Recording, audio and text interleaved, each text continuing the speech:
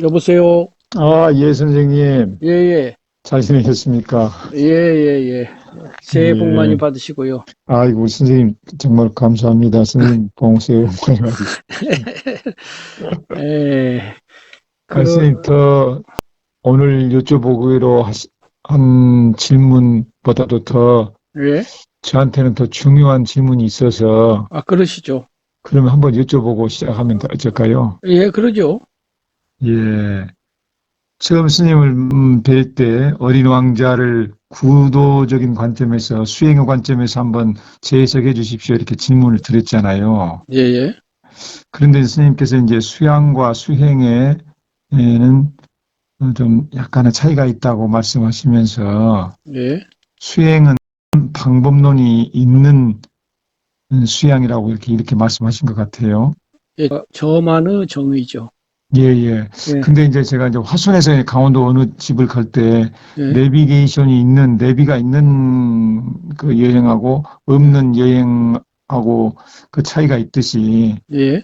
수행의 방법론이 정확하게 이 방법론이 한 가지만 있는 것은 아니겠습니다만은 수행의 그 방법론 어떻게 수신을 할 것인가 그렇죠.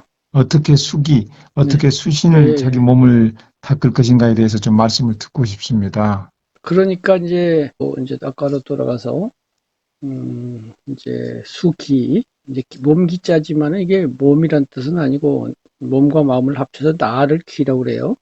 예. 예, 그래서 이제 주로 뭐 몸을 닦는 게 아니라 마음을 닦는 거 아닙니까? 몸을 닦는 체력 단련을 수기라고는 안 하죠. 그래서 이제 예. 마음을 어떻게 수기할 것인가 이건데 그 수기를 이제 나타내는 우리말에 수양이라는 말이 있고 수행이라는 말이 있다 이거죠.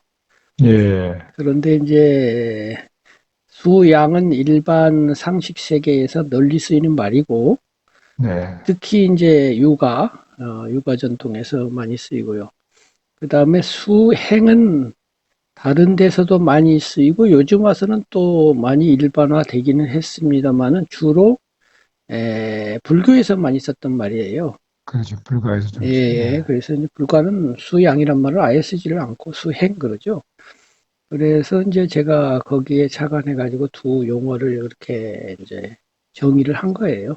보다 예. 분명하게 구별하기 위해서 수양은 방법론이 없이 예를 들면 지난번에 한번 말씀드린 것 같은데 그 선비들이 아침에 새벽에 일어나서 정한수를 떠놓고 의관을 정지하고 앉아서 마음을 돌아보면서 나는 정직한가라든가 이렇게 하면서 자기를 살피는 일일 음. 삼성이란 말 있잖아요. 세 번 살핀다. 그렇죠. 그런 삼성 같은 거. 그다음에 이제 육아의 기본 수양은 퇴계를 기준으로 하면은 성경이에요. 성경. 성과 경. 성, 성실과 경, 정성성자 성하고 공경할 경자 경. 네.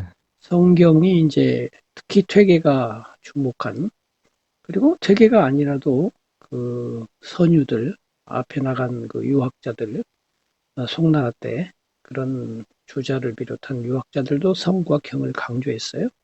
네. 그래서 그 성경이 이제 육아의 중요한 수양법인데 마음을 성실하게 한다든가 공경스럽게 남을 대한다든가 남만이 아니라 자기 자신에게도 이제 공경스럽게 대하는 건데요. 심지어는 퇴계에는 그 생명이 아닌 물건까지도 공경스럽게 대한다고 그래요. 네. 우리가 쓰는 뭐 연필이나 종이 같은 것도 아주 공경스럽게 대하는 그런 정도까지 하는 건데요.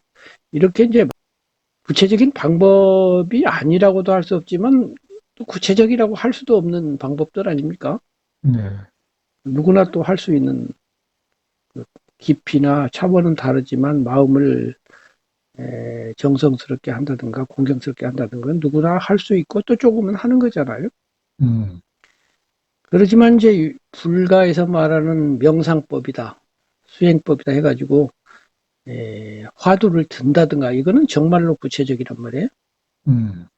이것을 이제 수행이라고 분별하자 이것이 이제 제 의견이고요. 그런데 이제 여기에 하나 미리 짚어두거나 알아둬야 할 게 있어요. 수행이 이제 굳혀지기라는 거는 효과도 좀 두드러진다 이런 뜻이거든요. 지금 내비게이션을 갖고 가야 확실한 것처럼 말이죠. 방법 없이 마음을 공경하게 합시다 이렇게 하면 좀 뭐랄까 불철저한 면이 있긴 있죠.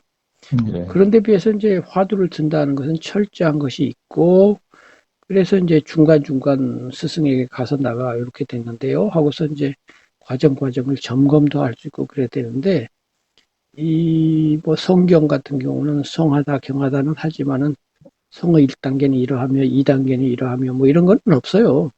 예. 그런데 화두는 뭐 예를 들면 뭐 10단계가 있어서 염화두, 성화두 뭐 이런 게 있거든요. 그다음에 뭐 오매이려, 뭐 숙면이려 해가지고 뭐 잠잘 때도 화두가 들려 있다는 등, 뭐 숙면이 들어가서도 들려 있다는 등, 뭐 깨어서나 잠들어서나 들려 있다는 등 이런 단계들이 있어요. 예. 이렇게 해서 이제 구체성이 있고 효율도 높다 이렇게 볼 수는 있어요. 그런데 이제 하나의 난점은 뭐냐면은 수양은 그만큼 보편적이랄까 그러기 때문에 그냥 하면 되는데 수행을 하려면은 한 가지밖에 못해요. 아, 그럽니까? 내비게이션을 차에 달린 내비게이션도 사용하고 핸드폰으로 내비게이션을 걸어서 두 개를 놓고 갈 수도 있지만 그렇게는 안 하지 않습니까? 하나만 하죠. 종이로 된 지도책도 보면서 전자제품으로 된 내비게이션도 사용하고 그렇게 안 해요. 전자제품 내비게이션이 훨씬 좋기 때문에 종이로 된 거 필요 없잖아요. 그러니까 화두선이라고 하는 수행을 하면서 관세음보살을 외우는 무슨 다른 수행법을 동시에 하지는 않아요. 예. 화두선을 하는 사람은 관세음이니 다른 거 안 합니다. 화두만 합니다. 그렇지 않습니까? 그래서 이 수행법을 정하기 위해서는 내가 어떤 걸 할 것인가를 하나를 정해야 돼요. 하나를 어떤 걸 정해야 돼? 어떤 걸 할지는 자기가 정하지만은 예. 나는 화두선을 하겠다, 나는 관세음을 하겠다, 예. 또는 뭐 수행이 불교에만 있는 건 아니에요. 예.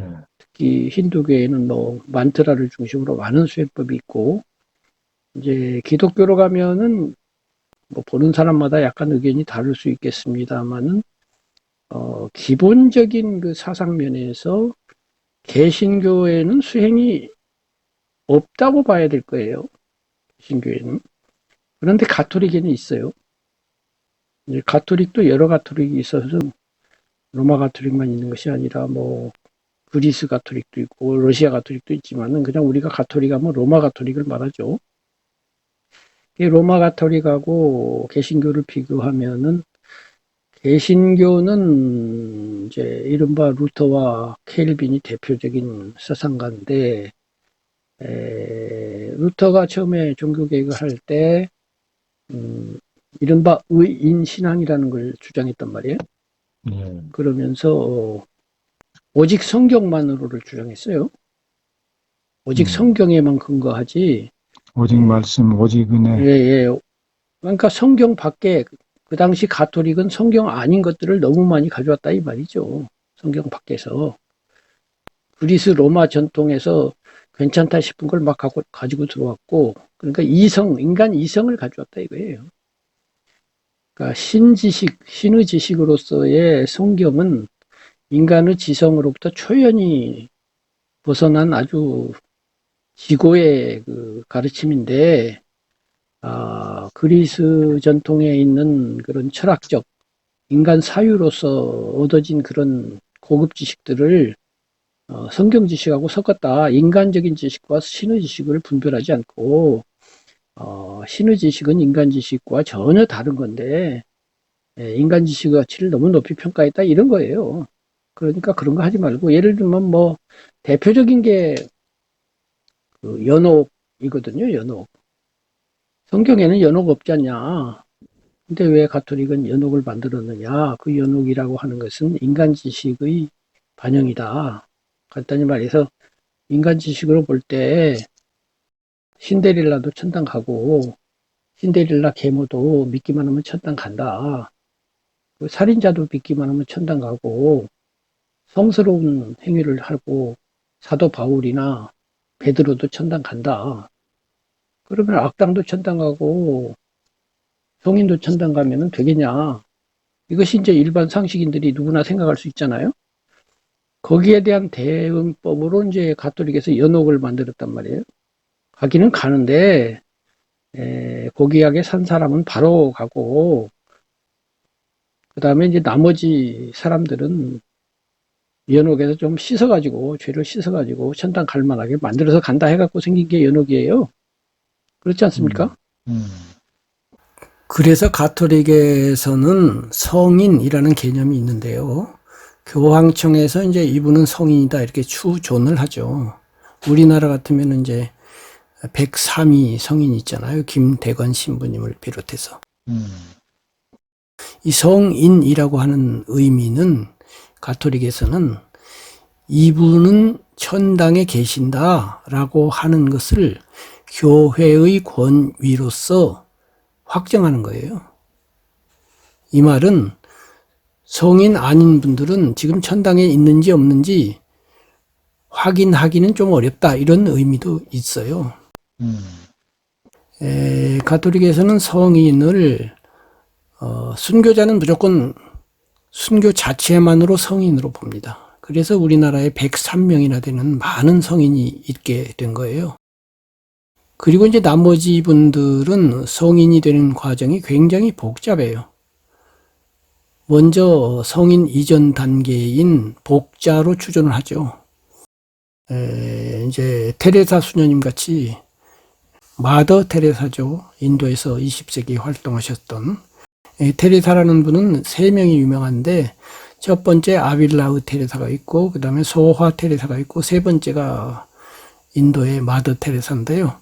이 마더 테레사의 테레사라는 이름은 아빌라우 테레사에서 따온 겁니다. 어쨌든 이렇게 이제 좋은 일을 많이 하신 분은 복자로 추존이 돼요. 그런 다음에 다시 성인으로 추존이 되는데 테레사는 워낙에 특별해서 바로 그냥 성인으로 된 걸로 알고 있어요.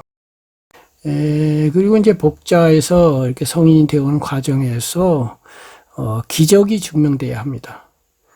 그 성인에게 기도를 해서 병이 치유가 된다든가 과학적으로 설명할 수 없는 기적이 2건 이상 확인이 돼야 되는 그런 복잡한 과정을 거쳐서 이제 최종적으로 교황에 의해서 성인으로 이렇게 인정이 되는 것인데요. 그런데 어쨌든 간에 이렇게 성인이 된다는 것은 천당에 있다는 뜻이고, 연이 가톨릭 신자들은 모두가 다 금방 천당 못 갑니다. 반드시 연옥을 거치게 되어 있습니다. 그런데 개신교에서는 바로 천당으로 가죠. 이런 차이가 있습니다. 그래서 가톨릭에서 이제 성인이라고 해서 추존하는 그런 것이 있어요. 근데 개신교에서는 성인이 없습니다.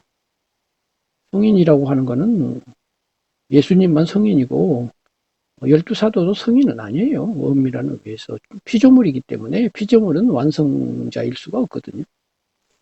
그래서 아까 말한 일반 상식인, 그러니까 가톨릭이 교리를 갖고 그리스 로마로 들어가 보니까 거기에 철학 전통이 있고 그 철학 전통 사람들은 사유가 아주 깊은 사람들이 물어보는 거죠. 야, 나쁜 놈도 천당 가고 좋은 놈도 천당 가고 믿기만 하면 똑같이 간다는 게 말 되냐? 그게 합리적이냐? 이렇게 물어보니까 이제 처음에 초기 기독교인들은 대개 보면 지식이 많은 사람이 아니고 마음만 순수한 사람 아니었습니까? 어부, 세리 뭐 이러다가 공인을 받으니까 그 로마에서 공인받고 나니까 머리 좋은 사람들이 이제 막 들어와 가지고는 그 사람들이 이제 교부가 돼 가지고 초기 기독교계를 장악해 버린단 말이에요. 지식인 사람들이. 근데 그 사람들이 생각해 보니까 오거스틴이나 이런 사람들이 생각해 보니까 훈련받은 지성인의 입장에서 쟤네들 말 되네 이렇게 된단 말이에요. 왜 히틀러도 믿기만 하면 천당 간다는 거야? 레닌도 갔어? 이렇게 하면은 대답을 해야 되겠는데 대답이 막혔거든. 그건 극단적인 예고, 아니, 극단적이고 아니라 음, 거리 그 자체는 맞잖아요. 이제 저기 성경에 예수님 십자가에 달리실 때도 옆에 우편에 있던 강도도 네. 너도 그 예수님 믿으면 그러니까 그 강도가 나쁜 놈 아니에요. 그것을 확대판이 이제 히틀러, 현실 사회에서 그런데 이제 회개하고 믿으면은 이제 구원을 그래. 받는다 이 그러니까 내 말이 그 말씀이죠. 말이요. 그러면 회개하고, 예를 들면, 히틀러가 회개했어요. 그러고 나 간다 그러고 죽었으면 어떡할 거냐고. 전당 가야 될 거 아니에요. 예를 들면 뭐 우리나라에도 그런 사람 많지 않습니까? 어마어마한 살인자인데 회개했다고 그러면서 목사 활동하는 사람 많이 있잖아요. 그런 사람 근데 천당 갈, 죄는 미워지만 죄인은 미워해서는 안 아니, 되는 거죠. 맞아. 사람들이니까 아니, 회개했으면은 그걸, 그래. 맞아. 음, 맞는데, 미워하지 않으나 마나 간에 천당 가는데, 그러면은 세종대왕은 지옥 가잖아요. 교리상으로 보면. 그것이 아니고요. 그거는 이제 예수님이 오시기 이전에는 그 음. 양심에 따라서 판단한다고 되어 있습니다. 그거는 개신교 교리가 아닙니다. 성경에 나와 있습니다. 아니, 그거는 교수님 교리지, 아니, 개신교 일반 교리가 아니에요. 왜냐하면 그 루터가 성경대로라고 하는 말은 그야말로 성경에 적혀 있냐 그런 말이 이렇게 물어보는 거고요. 아니고 내 말은 지금 현재 한국 개신교에는 약간 진보적이랄까 이렇게 해서 인간의 지성을 존중하는 흐름도 있어요. 그 흐름에서는 지금 우리 저 교수님과 비슷한 그런 생각들이 공유되고 있어요. 그러나 원래 루터가 말하고 특히 켈빈이 말하는 입장에서는 나쁜 놈이라도 이렇게 회개하고 하느님을 받아들이며 천당 가며 아무리 착한 사람이라도 착함이 완전할 수는 없잖아요, 인간이. 예, 그러죠. 완전 착함이 없으면 천당 못 가기 때문에 세종대왕 아니라 누구라도 안 믿은 놈은 지옥 갈 수밖에 없다. 이것으로 돌아갔어요. 이 종교 개혁이. 그래서 종교 개혁이라는 것은 기독교 자체로 보면은 오염되었던 가톨릭 교리가 순수하게 회복된 것이라고 말할 수 있지만은 종교 밖의 일반 세속사에서 볼 때는 고집쟁이로 되돌아간 거예요. 바로 그 점 때문에 이제 일반인들이 특히 한국 같은 경우에 비신자들한테 물어보면은 호감도에 있어서 개신교보다 가톨릭을 호감으로 느끼는 그 배경에는 이와 같이 세속적 가치 내지는 이성으로 판단하는 문제를 개신교는 성경대로 하자라고 하는 그 이른바 원리주의 내지는 근본주의를 통해서 거절하는 데 비해서 가톨릭은 인간 지식을 인정하고 지금 교수님이 말한 것과 비슷하게 세종대왕처럼 아직 그 말씀이 전파되지 않은 시절에 잘 살았던 사람은 그걸 가톨릭에서는 숨어 있는 신자라고 그러거든요. 또 숨어 계신 하느님이 역사를 하셔가지고 그렇게 양심으로 잘 산 사람들은 구제한다 이런 쪽으로 나가고 있어요. 그러나 이제 그것이 전체적으로 볼 때 아까 말한 것처럼 인간 지식 내지는 세속 지식이 그래도 가치 있다 이런 거고 개신교 입장에서는 세속 지식은 아무런 그 구원과는 관련이 없다. 세속에서는 의미가 있지만 마지막 구원하고는 본질적인 관련이 없으며 이렇게 해서 기독교가 말하는 삼위일체 같은 것이 세속 지식에서는 말도 안 되죠. 셋이 어떻게 하나야. 그런데 거기에 대답하기를 그거는 야 인마 네가 피조물이라 그래. 피조물의 인간 지식 가지고는 이해할 수 없는 신의 지식 세계에서는 말이 될 뿐 아니라 그게 옳은 건데 인간 지식이 거기까지 이르지 못하다 보니 그런 심오함을 니들은 모르는 것뿐이지. 야, 네 지식 가지고 얘기하지 마. 너는 지금 곤충 수준에 가지고 저 하늘로 날아다니는 독수리를 얘기해봐야 알아듣겠냐. 이렇게 이제 대답을 하는 건데요. 어쨌든 그렇게 해서 이제 이것이 수행과 연결해 가지고 또 그런 결과로 나타나요. 수행이라고 하는 것은 내가 주체가 돼서 나의 마음의 말하자면 뭐 품질, 마음의 질을 높이는 거잖아요. 그죠? 제가 6단계로 말한 것처럼 범인이 학인으로 학인이 군자로 이렇게 높여 나가는 것이 수행 내지는 수기 아니겠습니까? 그런데 철저한 성경대로 원칙에 따르면 이것은 신에 대한 도전이 돼요. 피조물이라는 놈이 지가 무슨 향상의 본들을 얼마나 향상한다고 지를 향상시킨다고 그래. 그래봤자 네가 완전할 수는 없고, 또 완전이라고 하는 것은 신만이 완전하신 건데 감히 네가 완전적으로 네 힘으로 온다고? 너 까부는 거야? 이렇게 되는 거예요. 그건 아니고 신앙 고백한 사람들도 그 믿음이 자라듯이 사람 키가 자라듯이 믿음이 자라가지고 그리스도의 장성한 분량까지 성장하기를 원하시거든요. 그러니까 그러니까 이제 예를 그 들면은, 도전하는 것은 아니지요. 그러니까 너희가 나처럼 되어야 한다. 이런 그 말씀도 성경에는 있는데요. 그런데 이제 그 아마 신학 전공자한테 이런 말씀 해보면 많은 얘기를 들으실 수 있을 건데요. 그 그리스도를 본받아라는 유명한 책이 있어요. 토마스 캠피스가 그런데 그리스도를 본받는다고 하는 것은 내가 그리스도처럼 된다는 의미를 함축하지 않습니까? 여기에 대해서 개신교도들이 엄청 반발해요. 어떻게 그리스도를 우리가 본받아서 그리스도처럼 되냐? 우리는 그냥 피조물로서 먼지에 불과한 존재로서 엎드려서 신을 믿습니다. 처분대로 하세요. 이렇게 받아들이는 것이 마땅하지. 그것은 아닌 것 같은데 우리를 친구라 하시고 죄인을 위해서 예수님이 죽으시고 그 사랑을 보이시고 우리를 친구라고 자유의지를 주셨잖아요. 또 그러니까 그것이 두 가지 해석 그 흐름이 있다니까요. 그런 그 인간에게는 오로지 꿇어 엎드려서 믿습니다. 나는 먼지에 불과합니다라고 하는 것이 올바른 신행이다. 그런 관점이 분명히 엄존하고요. 또 하나 관점은 지금 우리 교수님이 말하듯이 우리가 그리스도를 본받아야 한다든가 혹은 그렇게 우리가 나 자신을 신 앞에 복종시키면은 전에 말한 것처럼 그것으로부터 그러니까 내가 수행을 해가지고 향상되는 것이 아니고 내가 신 앞에 복종했으므로 향상된다. 이게 순서가 문제예요. 내가 나를 주체적으로 노력하니 내가 신에 가까워졌느냐 아니면은 내가 신에게 복종했기 때문에 신에게 가까워졌느냐 이 순서가 문제라니까요. 어느 편이에요? 내가 신에게 복종하고 믿었기 때문에 향상된 거 아니에요. 인과랄지 시간적 선후가 중요한 것이 아니라 하나님 앞에서 은혜를 받으면은 상상할 수 없는 놀라운 깨달음이 생기는 것이 아니 근데 은혜가 느닷없이 오지는 않잖아요.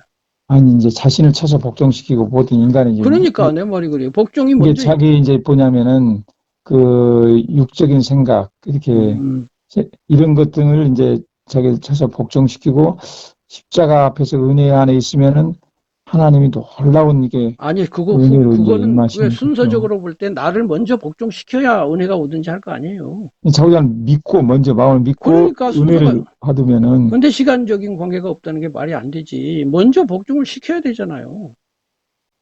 그렇지 않습니까? 복종을 안 했는데 은혜가 오나요? 안 오잖아요. 그런 시간차원을 그 제가 거기까지 깊이 생각을 못해서 그러면 뭐라고 말씀 못 예를 드리겠습니다만 들면 기독교가 전파되지 아니한 지역 사람들은 복종을 하고 싶어도 복종할 수가 없었죠. 그러니까 세종대왕의 예는 그때 이제 예수님이 그전 2000년 전에 오셨지만은 조선시대 때 세종대왕께는 예수님의 복음이 전파되지 않았잖아요. 그렇지요. 그런 것 구원 그런 것은 세종대왕은 그 예수님 오시기 전이 일이기 때문에 그거는 현대 사람이 예수님을 어떻게 믿느냐 이게 또 중요하죠. 그 과거에 세종대왕이 구원을 받았을까? 이거는 이제 지적인 호기심이지 않을까요? 그런데 지적인 호기심이라고 하지만은 인간은 그거를 묻는 존재 아닌가요?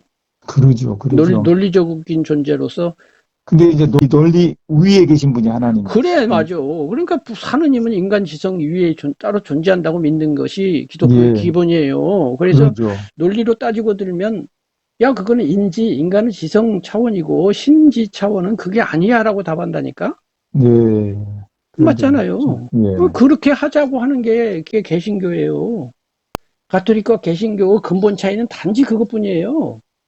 나머지 차이는 이게 다 부수적으로. 카톨릭이나 개신교는 이제 하나님을 믿고 예수님을 믿는 점에서 그리스도를 고백한다는 점에서 기독교고 같고, 다만 그 이제 출발에 있어서 종교개혁 가톨릭의 그 중세시대 때 그 부족한 점을 종교개혁 차원에서 등장한 것이 개신교 아닙니까? 이제. 개신교인데 그 종교라는 건 기본이 교리 아닙니까?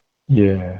어떤 제도, 뭐 목사 제도냐, 신부 제도냐, 이 제도는 교리의 기반에서 나오지 제도가 먼저 있지는 않거든요. 예. 그래서 차이점은 심장부로 들어가면 제도는 하나도 중요하지 않고 교리에서 심장이 어떻게 다르냐, 두 심장이 요걸 얘기해야 되거든요. 예.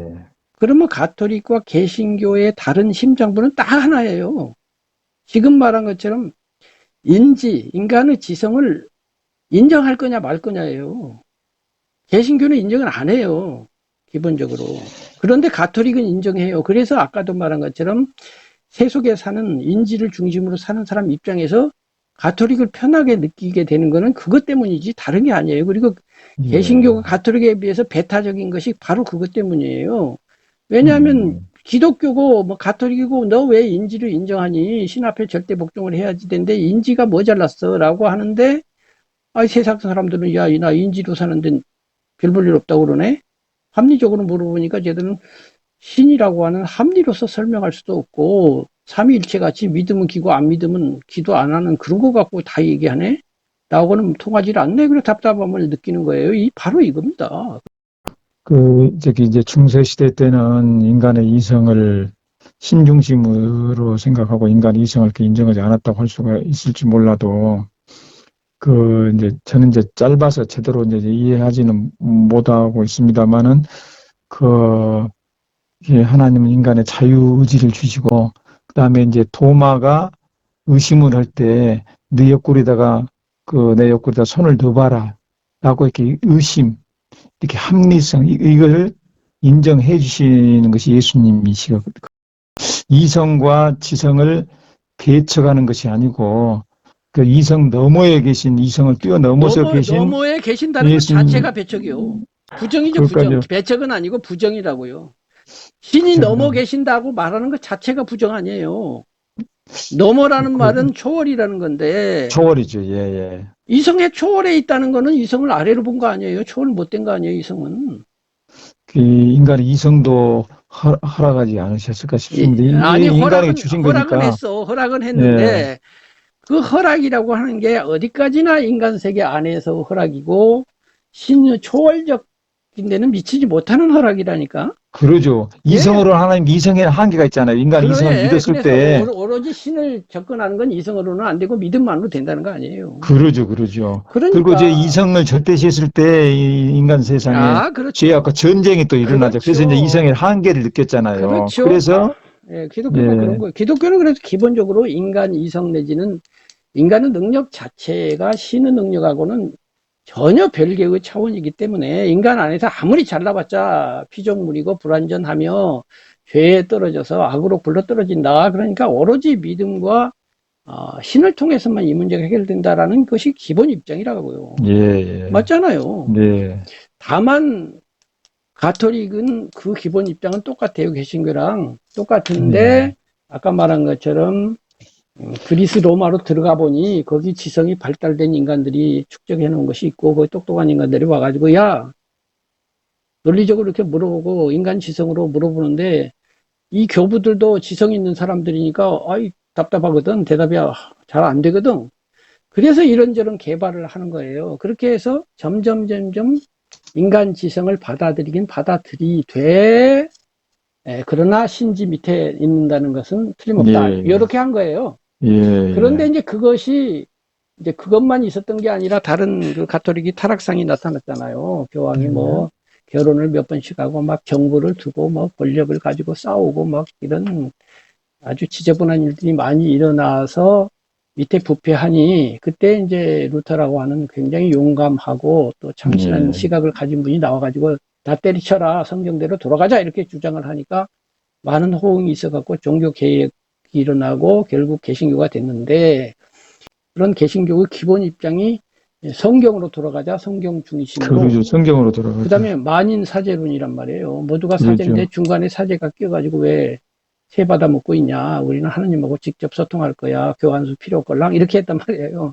이게 베드로전서에 다 우리 세상에 그 모든 예수 믿는 사람은 다 왕 같은 제사장이고 하나님의 나라요 소유된 백성이고 그러니까 이렇게 그거 말을 맞는 했거든요. 말이에요. 그 말이 성경대로 맞는 말이고요. 그 루터가 잘 말한 거예요. 잘 말한 건데 아까도 얘기했지만 성경대로 하자는 말은 성경에 안 믿는 놈 지옥 간다 그랬으니까 세종 대왕이고 누구고 안 믿는 놈은 다 지옥 보내자 이렇게 본다는 뜻이고 예수님은 우리 죄인을 위해서 십자가에서 죽으시기까지 우리를 사랑하셨는데 죄인을 지옥을 보내려고 하겠습니까? 보내지는 않더라도 보낼 수밖에 없는 거죠. 지장보살이 정신은 저기 뭐냐면은 그 지옥에 한 사람이라도 남아있는 자기는 성불하지 않겠다고 하는 거죠. 그거는 불교 관점인데요. 불교 관점인데 그런 예수님이 관점을 기독교가 받아들인다면 불교랑 대화가 되죠.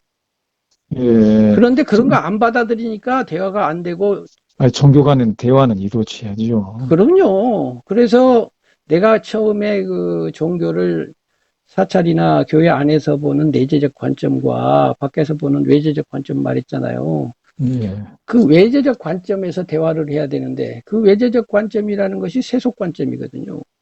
예. 그런데 많은 개신교들은 그 내재적 관점에만 머물러 가지고 밖에 나와서도 교회 안에서 주장해야 되는 신의 절대성, 그 인지의 초월성은 교회 안에서는 그게 진리가 돼요.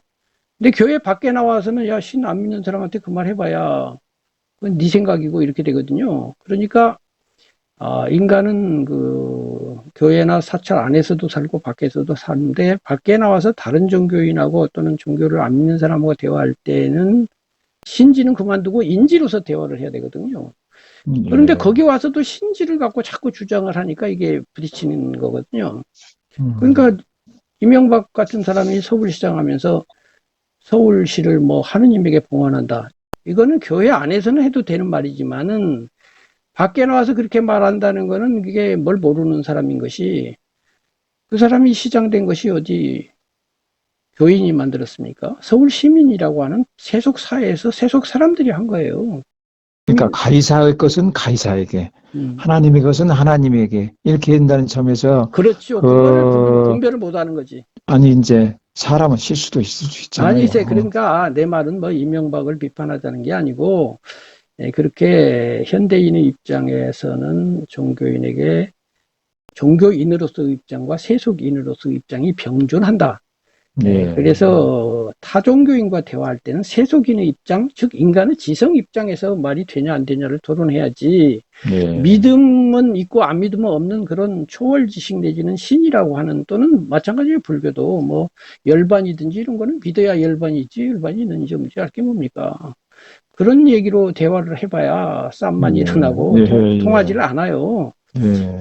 그래서 이제 다시 돌아가서 가톨릭이라고 하는 데는 인간 지성이 발달된 그리스 로마 전통하고 부딪히면서 특히 아리스토텔레스 같은 사람하고 부딪히면서 야 이건 만만치 않네. 그래가지고 인지를 상당히 높여줬는데 높여주기는 하지만 역시 아래에 있어요.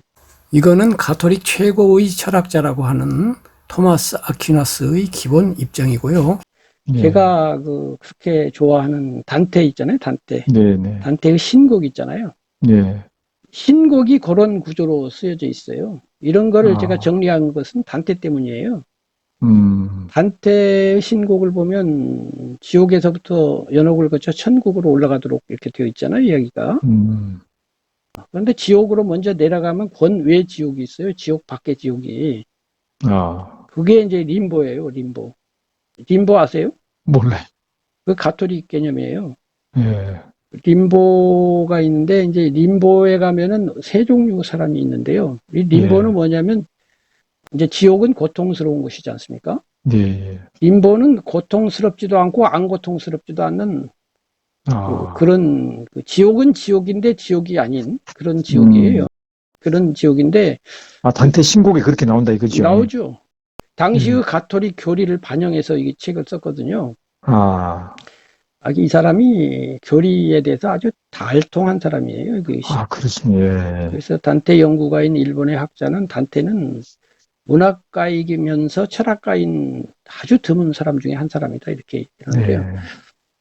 그 림보에 세 종류 사람이 있는데 첫 번째는 예수님 오시기 전의 기독교 선지자. 예. 왜냐하면 아무리 선지자라고 해도 원죄가 있었기 때문에 거기 있을 수밖에 없는 거예요.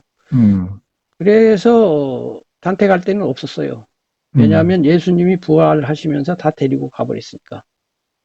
이렇게 돼 있고, 두 번째 사람들은 누구냐면은 아주 어려서 죽은 아이들.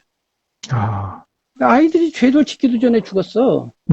그렇지만 원죄가 있으니까 할 수 없이 지옥에 오기는 와야 되는데 인간 지상으로 볼 때 아무리 생각해도 걔들 지옥 보내기는 너무 심하잖아. 이렇게 되지 않습니까? 그러니까 그게 바로 가톨릭이 그리스 로마의 지식을 만나서 타협책으로 내놓은 거라고요.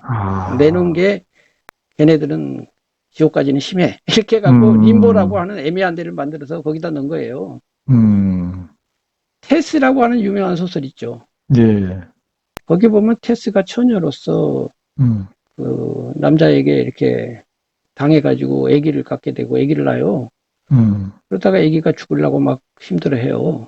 예. 시골 사니까 얼른 가갖고 이제 목사, 이제 목사니까 그게 성공회니까 뭐 신부라고도 하고 목사라고도 하고 결국 마찬가지인데 성직자를 찾아가려고 하니까 갈 수가 없어요. 너무 멀어서. 그 바로 죽게 생겼는데 이거 어떡하지? 이대로 세례를 안 주면 얘가 지옥 가게 생겼는데. 그리고 자기가 세례를 줘요. 그리고 나중에 물어봐요. 예. 내가 하도 급해가지고 자격도 없는데 세례를 줬다. 유효하냐? 말짱황이라고 그래요. 그러니까. 무자격자가 했는데 그게 무슨 소리냐 이거지. 그리고 거기에 보면은 테스가 이제 능욕당하기 직전 그 장면을 보면은 그 남자가 걸어갔다 이렇게 써놓고는 막 적어놔요. 이때 신은 어디에 있습니까? 예. 이렇게 바로 이것이 인간 지성이 하는 말이거든요. 이 세상에 예. 지금 수많은 사람들이 죽어가고 있는데 신은 어디서 뭘 하고 있느냐, 잠자고 있느냐, 놀고 있느냐 막 그래놨어요. 거기 보면. 그리고 네가 준 세례는 무효야 이렇게 됐다고요. 그게 기독교 교리에 맞죠. 맞는데 아니 그거는 잘 모르겠어요. 저도 그건 다시 생각해 봐야 될 아무튼간에 건데. 그 가톨릭은 그런 문제로 예. 해서 아까 말한 그 어린 아이들을 거기다 뒀다는 거는 예. 테스가 한 그 성사가 유효하다는 뜻도 있잖아요. 예. 네 애기는 적어도 지옥에는 안 갔어. 천당에는 못 갔을지 몰라도 최소한도 지옥은 안 갔어. 이렇게 된 거 아니에요. 근데 천당을 보낼 수는 없어요. 안 믿었기 때문에. 아무리 가톨릭이라도 천당을 보낼 수는 없잖아요. 애기라고 해도. 그게 타협책인데 이 타협책이 적어도 우리 세속인한테는 말 되잖아요. 예. 종교 밖에서는 말 돼. 예, 저도 처음 듣는 이야기지만 잘 좀 고개가 숙여지면 끄덕끄덕해지면. 교회 안에서는 말 안 되지만 상식에서 말이 된다니까요. 네네. 예, 그리고 이제 세 번째가 누구냐면은 이교도인데 공적이 많은 사람들. 바로 소크라테스, 플라톤, 아리스토텔레스 같은 철학자들. 그 당시에는 아리스토텔레스 위상이 소크라테스보다 높았어요. 네. 그래서 아리스토텔레스가 가운데 있고 소크라테스하고 플라톤이 보좌를 하는 식으로 있어요. 왜 그렇게 되냐면은 아리스토텔레스가 형이상학이라는 책을 썼고요. 예. 그 형이상학에서 신을 도내요. 그러면 신을 부동의 원동자라고 규정해요. 움직이지 않는 최초 존재로서 이 세계를 움직이는 원동자. 다 움직이고 있는데 나는 안 움직여. 그래서 부동의 원동자. 이 부동의 원동자 개념을 가톨릭이 가져와가지고 잘 써먹었어요. 그래서 가톨릭은 아리스토텔레스 세계관 내지 철학에 많이 빚을 지고 있어요. 예. 그러면 아리스토텔레스 논리를 가져왔다는 것 자체가 인간 지성을 인정한 것이잖아요. 그러죠. 예. 이런 관계가 있기 때문에 아리스토텔레스를 지옥에 보내면은 자기들의 논리의 기초가 흔들리는 또 문제가 있어요. 그래서 이제 그런 철학자가 있고, 그리고 또 한 부류가 있는데 정치인이에요. 대표적으로 카이사르가 있습니다. 이 카이사르라고 하는 인물은 아주 멋진 사나이 중에 사나이. 서양 사람들이 역사상 가장 사나이다운 사나이 1위 카이사르. 이렇게 생각하는 멋쟁이 이렇게 보는 분도 있고 순 나쁜 놈, 독재자, 살인자, 침략자 이렇게 보는 그런 분들도 있어요. 근데 로마는 처음에는 공화정이었다가 카이사르를 기점으로 제정으로 넘어가죠. 카이사르가 황제가 되려다가 실패하고 그 양 아들인 아우구스투스 황제가 로마의 첫 황제가 되는데 어떤 면에서는 첫 황제는 카이사르예요. 그래서 기독교는 세속의 왕국과 하늘의 왕국을 말하지 않습니까? 그래서 하늘의 왕국의 황제는 하느님이지만 지상 왕국의 첫 번째 그 첫 번째 황제가 카이사르거든요. 그래서 로마 전통에 속하는 그러한 시대에 살았던 사람으로서 가톨릭은 이 카이사르를 중시할 수밖에 없었고 단테도 카이사르를 차마 지옥에는 보내지 못하고 림보에 보내게 되는 것이죠. 그리고 세 번째로 시인들이 있어요. 시인들. 오늘날로 치면 문학가인데 그때는 이제 시인이 있어서 5명이 있어요.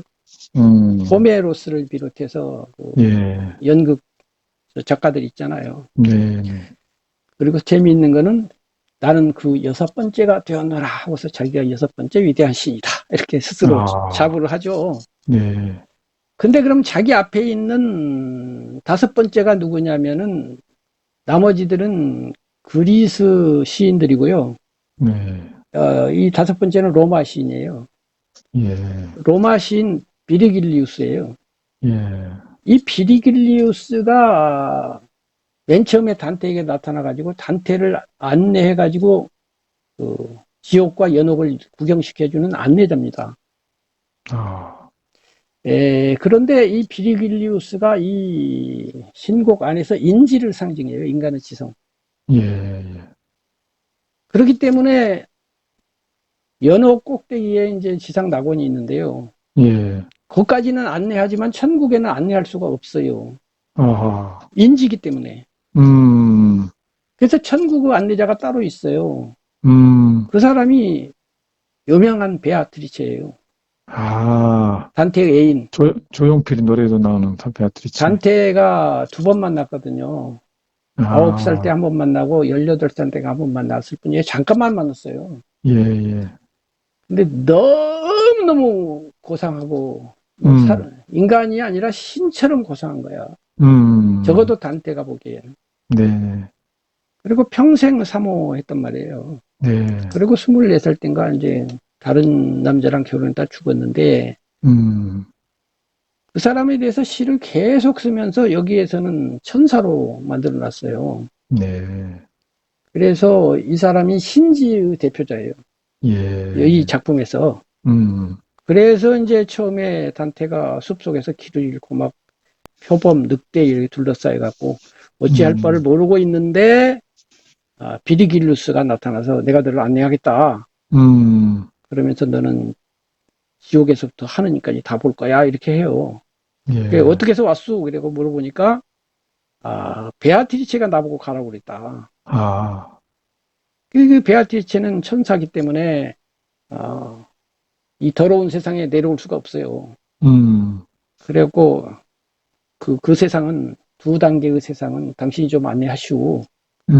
세 번째는 내가 안내할게. 이렇게 된 거예요. 그런데 이제 그 베아트리체 위에 루치아라고 하는 또 성녀가 있어요. 산타 루치아는 그 루치아예요.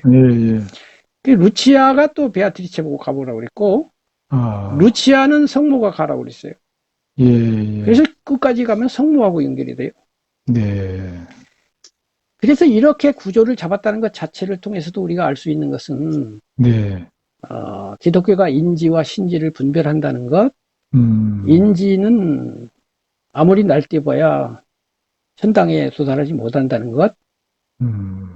인지로서 또는 이교도로서 제일 잘해봐야 림보밖에 못 간다는 것. 예. 그게 가톨릭 교리예요. 예. 이번에 이제 프란체스코 교황 전 그 베네딕토 교황님이 돌아가셨잖아요. 예. 예. 이 베네딕토 교황은 보수파예요. 아. 그리고 교리에 통달하는 사람이고, 이 음. 프란체스코 교황은 진보파예요. 아, 그럽니까? 예, 좀 자유로워요. 그래서 두 교황이라는 영화가 있는데 한번 보세요. 아주 좋아요. 네. 이 두 교황이 주인공이거든요. 아. 넷플릭스에 들어가면 있습니다. 아주 예, 예. 좋아요. 기가 예. 막힙니다. 여러 번 봤어요. 음. 거기서 그 신에 대한 견해가 달라갖고 막 논쟁도 하고 그럽니다. 아. 그러면서도 끝내 우정을 유지하고 마지막에는 음. 그 양반은 독일 사람이고 현 교황은 아르헨티나 사람이에요. 음. 그래서 그때 독일과 아르헨티나가 월드컵 결승을 했어요. 음. 그 영화를 보면서 막 재밌어 하면서 끝나요, 영화가. 아. 예, 그런데 제가 드리고 싶은 말씀 뭐냐면은, 네. 가톨릭이 원래 성경에 없던 림보가 성경에 없잖아요. 음. 없는데 만들어낸 거예요. 그 네. 만들어낸 것이 아까 말한 인지가 시킨 거고, 음. 그리스 로마 전통이 시킨 거라 이 말이죠. 네네. 네. 그것이 루터가 보기에는 말도 안 되고, 야, 성경대로 음. 해야지 이런 거 왜 만드냐라는 거예요. 그러니까 음. 림보를 없애버린 거예요, 개신교에서. 아, 저 처음 듣거든요. 예, 말 된다고 한테도 안 읽어봐서 예, 몰랐고. 말 된다고 하는 거지만은 그거는 세속에서 말되지. 성경에 그런 말 없는데 너 왜 만들었어? 너 성경을 오염시켰어? 이렇게 보는 거예요, 거기서는. 음. 그러면 림보와 함께 이제 연옥이 있잖아요, 연옥. 네. 연옥도 성경에 없어요. 예, 천당 지옥만 예. 있지 연옥이 어디 있습니까? 음. 그런데 연옥도 또한 인간 지성이 만든 거죠. 네네. 아까 말한 것처럼 나쁜 놈도 믿으면 천당 가고 음. 착한 사람도 믿으면 천당 가는데 음. 어떻게 똑같냐. 음. 사람을 100명이나 죽였는데 죽자마자 음. 천당 가고 사람을 100명 살렸는데 죽자마자 천당 가면 사람을 살릴 일이 무엇이며 사람을 죽여서 안 되는 일이 무엇이냐 이거지. 음. 실제로 옛날 중세 시절에는요. 네. 아주 교활한 인간들이 있었어요. 음. 지 마음대로 뭐 성경에서 하지 말라는 나쁜 짓 다 하고 욕심 부리고 다 해요. 음. 그러다 죽을 때가 되면 얼른 신부님 뭐라고 그래. 음. 다 참여합니다. 아멘. 그러고 죽어버려요. 음. 어떡할 거예요? 천당 보내야지. 아이고, 어떡할 거냐고.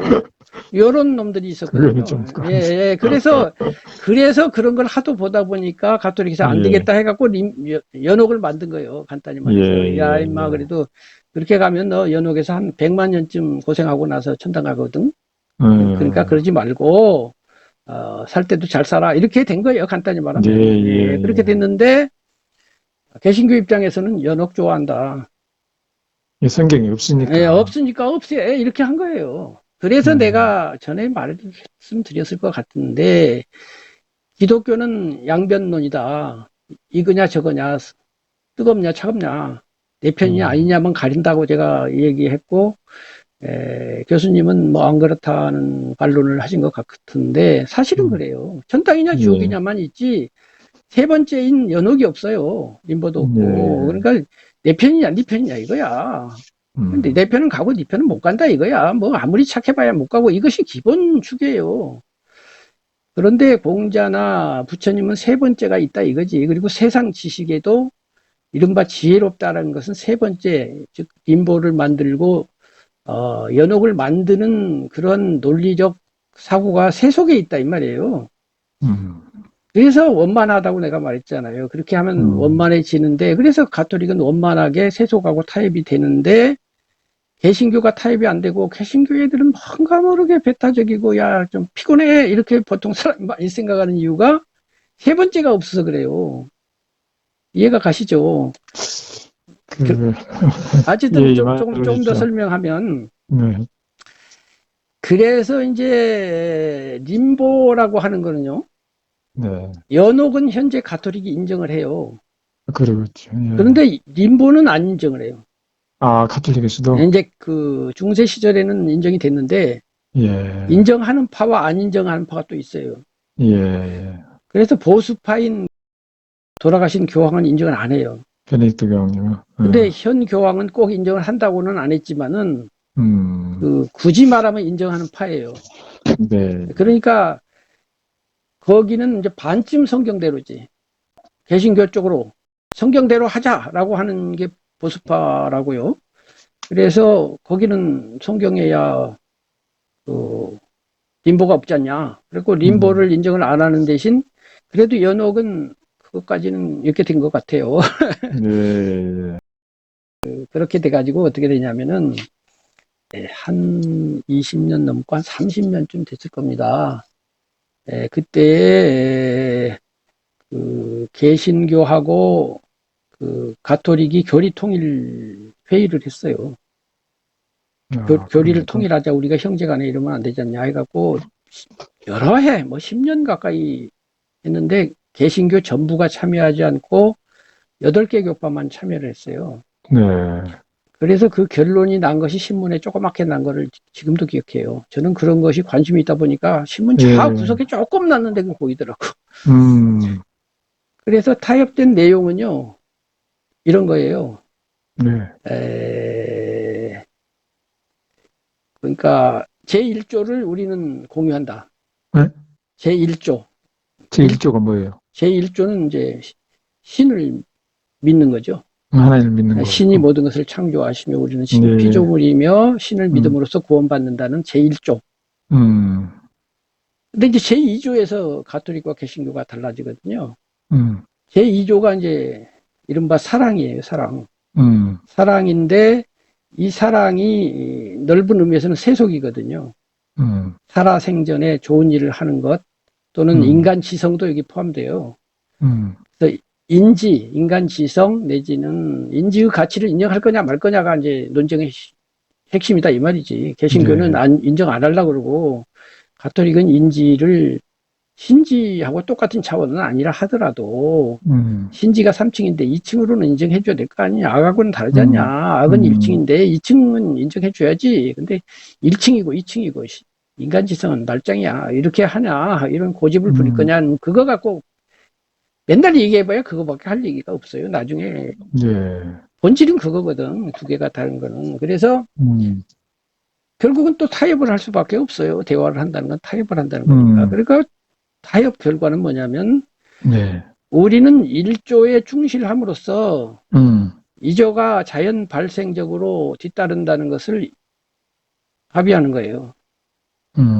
그러니까 전에 말씀드린 것처럼 사랑함으로 구원받은 것이 아니라 은혜 받음으로써 구원받는다 이런 거예요.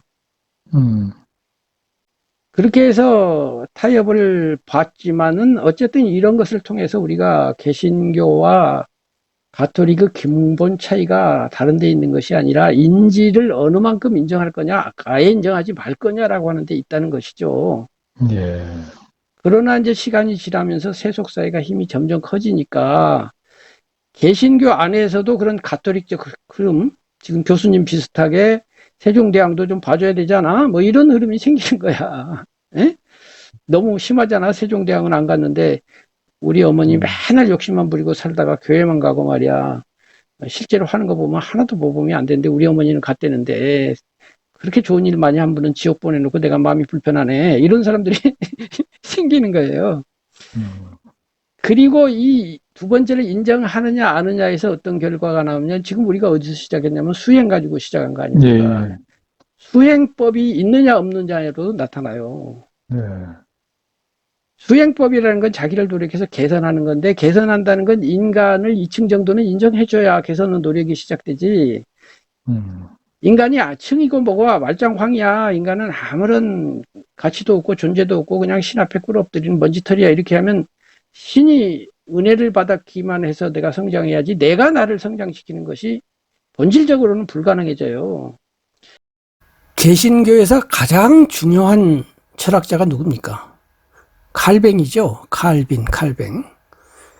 흔히 기독교 3대 철학자로 어거스틴, 교부로서는 어거스틴, 또 가톨릭을 대표하는 철학자로는 토마스 아퀴나스, 개신교 철학자로는 칼뱅을 들죠. 이 칼뱅은 흔히 예정설이라고 하는 걸 주장한 걸로 알려져 있는데요. 예정설에 의하면 심지어는 기독교인이 신을 믿는다고 해도 구원을 받을지 안 받을지는 알 수가 없어요. 모든 것은 신이 결정하기 때문에 그걸 알 수가 없는 거죠. 논리적으로 이거 당연한 귀결입니다. 이것이 왜 당연한 논리적 귀결이냐면요. 신은 전지하시고 전능하잖아요. 네. 전능은 이제 100%, 1만% 전부 능력을 가져야 전능이거든요. 거기에서 하나만 덜어내도 전능이 아니지 않습니까?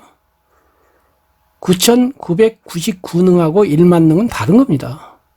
1만능은 전능이지만 9,999능은 부분능이거든요. 근데 신은 전능이에요. 신이 전능하려면 신 아닌 것들은 1능도 없어야 돼요. 피조물에게 1이라는 능력이 있는 순간 신은 전능자가 아니라 대능자가 돼요. 9,999능, 전능이 아닌 부분능자가 된다고요. 네. 신이 전능하려면 피조물, 인간에게 능력이 하나도 없어야 되고 인간은 능력을 다 빼앗아 버려야 돼요. 그래서 예정설입니다. 인간이 노력해봐야 그 전능 앞에서는 아무것도 아닌 거예요. 전능을 극치까지 밀어붙이면 이런 결론이 나오기 때문에 굉장히 논리적이었던 칼뱅은 예정설을 주장한 거죠. 네. 그래서 이 입장에서는 수행, 수양 이런 거 설탕 없습니다. 그저 신의 전능 앞에 나는 무능입니다. 그저 엎드리고 믿고 찬탄하고 신의 은혜만 기다려야 돼요.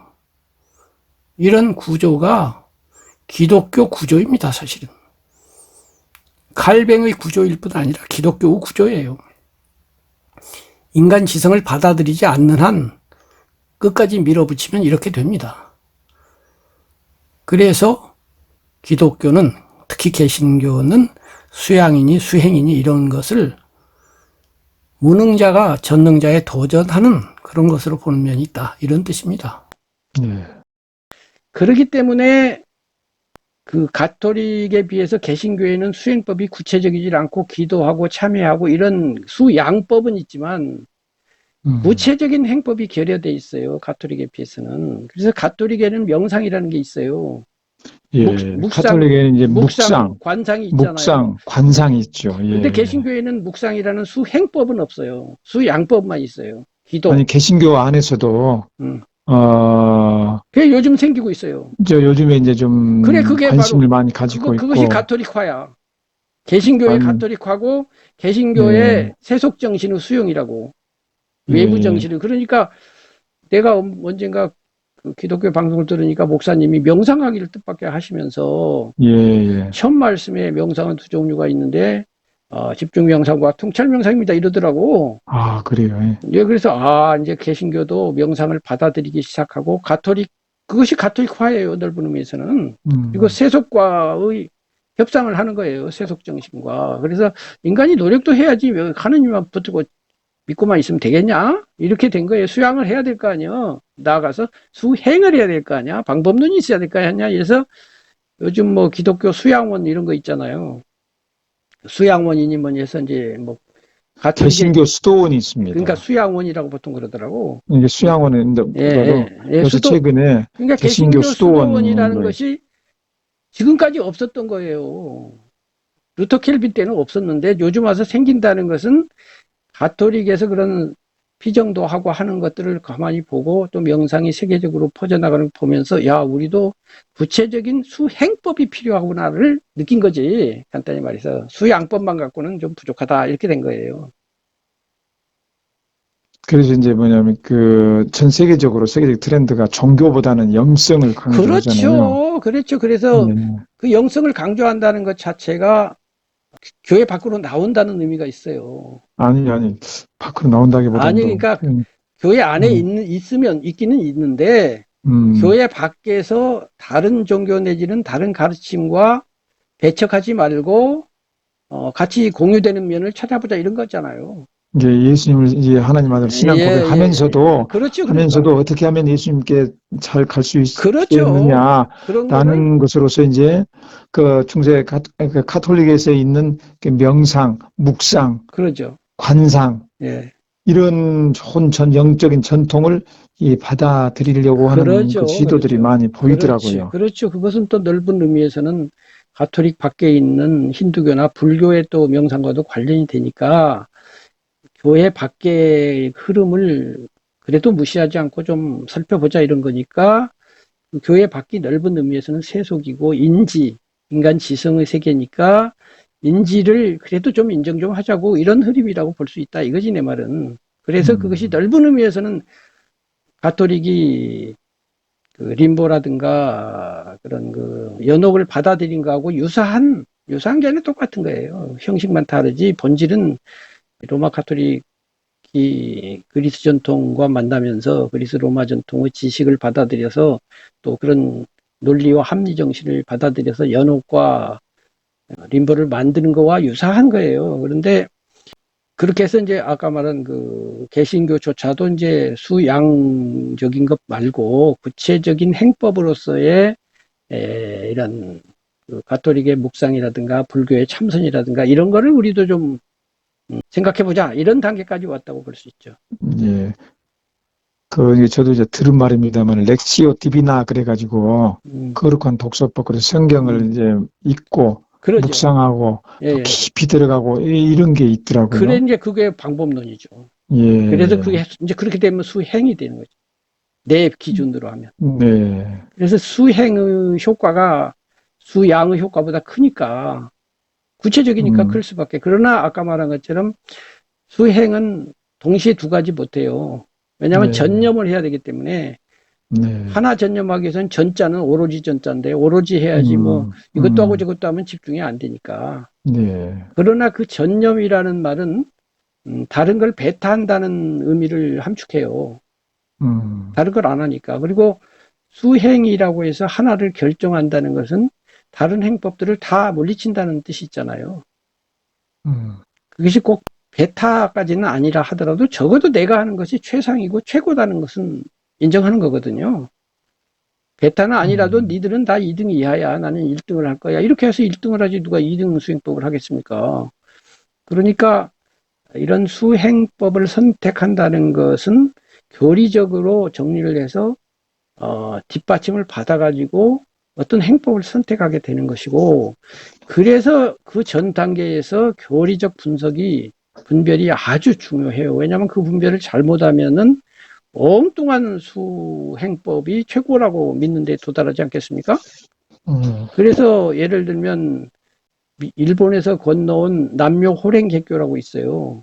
예, 거기서는 남묘호랭개교라는 소리를 계속 주문을 외는 것이 수행법이거든요. 그게 나무 묘법 연화경의 일본 발음인데 그게 한국에도 상당히 좀 퍼져 퍼져 있더만요. 있어요. SGI 근데 그 그래가지고. 종교가 일본의 국수주의자에 의해서 만들어진 일본식 종교예요. 그러니까, 그게 어떻게 한국에서 이게 아니, 퍼져 있지? 그러니까 적어도 지금 교수님처럼 생각하는 사람이 볼 때는 그 수행법이, 남묘 예, 호랭개교 수행법이 외진 저쪽으로 구석진 데 가가지고 결론을 내렸다 이 말이야. 네, 그러니까 수행법이 이렇게 외진 데 가서 나만 맞지 나는 이것이 1등이라고 생각하지만 여기서 보면 1등은커녕 등 외거나 99등밖에 네, 안 되는 걸 1등이라고 착각할지도 모르니까 네, 그 이전에 수행법을 선택하기 전에 여러 가지 그 변별을 잘 해서 정말로 최선이 뭔가에 대한 많은 숙고가 필요하다. 네, 그게 이제 제 생각이고 제가 불교 삶을 말하다를 3등분 해갖고 1등분의 전불교 앞전자 불교에서는 바로 네, 이런 부분에서 우리가 상식인으로서 종교가 무엇이며 지금처럼 수행이 무엇이며 어디까지 할 수 있으며 이런 등등 생각할 게 너무 많다. 그걸 잘 생각한 다음에 절로 들어갈지 교회로 들어갈지 어디로 들어갈지를 판단하여라. 그런데 그렇게 하고서 나는 절로 들어갔다. 이렇게 지금 쓰기 위해서 전 불교가 있는 그런 것입니다. 음, 예, 그래서 음, 요거를 제가 영상으로 만들어서 드릴 테니까 예, 한번 다시 들어보시기를 권해요. 예, 예, 예. 그래서 이제 잘못된 것을 보시기도 하고, 혹은 지금 중간중간 저희들이 의견이 서로 좀 안 맞는 데도 있었고 그랬지 않습니까? 예, 그런 부분을 이제 제가 잘 설명했나는 몰라도, 제가 설명한 거는 어떤 면에서는 처음 들어보신 견해도 꽤 있을 거예요. 예. 특히 개신교에 대한 저의 이야기. 그러나 이제 후반부에 가서 개신교와 가톨릭을 단테를 통해서 비교하니까 좀 이해가 가지 않습니까? 그래, 아주 도움이 많이 됐습니다. 그래서 그 본질만 말하는 거예요. 개신교 중에 음, 새로운 흐름이라든가 뭐 그런 거 말고 딱 본질, 개신교의 심장부, 성경대로 하자라고 하는 심장부만으로 보면은 그 가톨릭과 개신교가 한 줄밖에 없다니까. 이조를 인정할 거냐 말 거냐라는, 인지를 인정할 거냐 말 거냐. 인간이라는 게 신 앞에 조금이라도 가치 있는 존재냐, 전혀 무가치한 존재냐, 먼지냐, 그래도 먼지까지는 아니잖냐, 요거예요. 그래서 요 관점을 우리가 토론한 걸 다시 한번 읽어보시고요. 다음 시간에 이어서 예, 이제 예. 말씀을 나눴으면 좋겠습니다. 예, 선생님, 고맙습니다. 고맙습니다. 예. 예.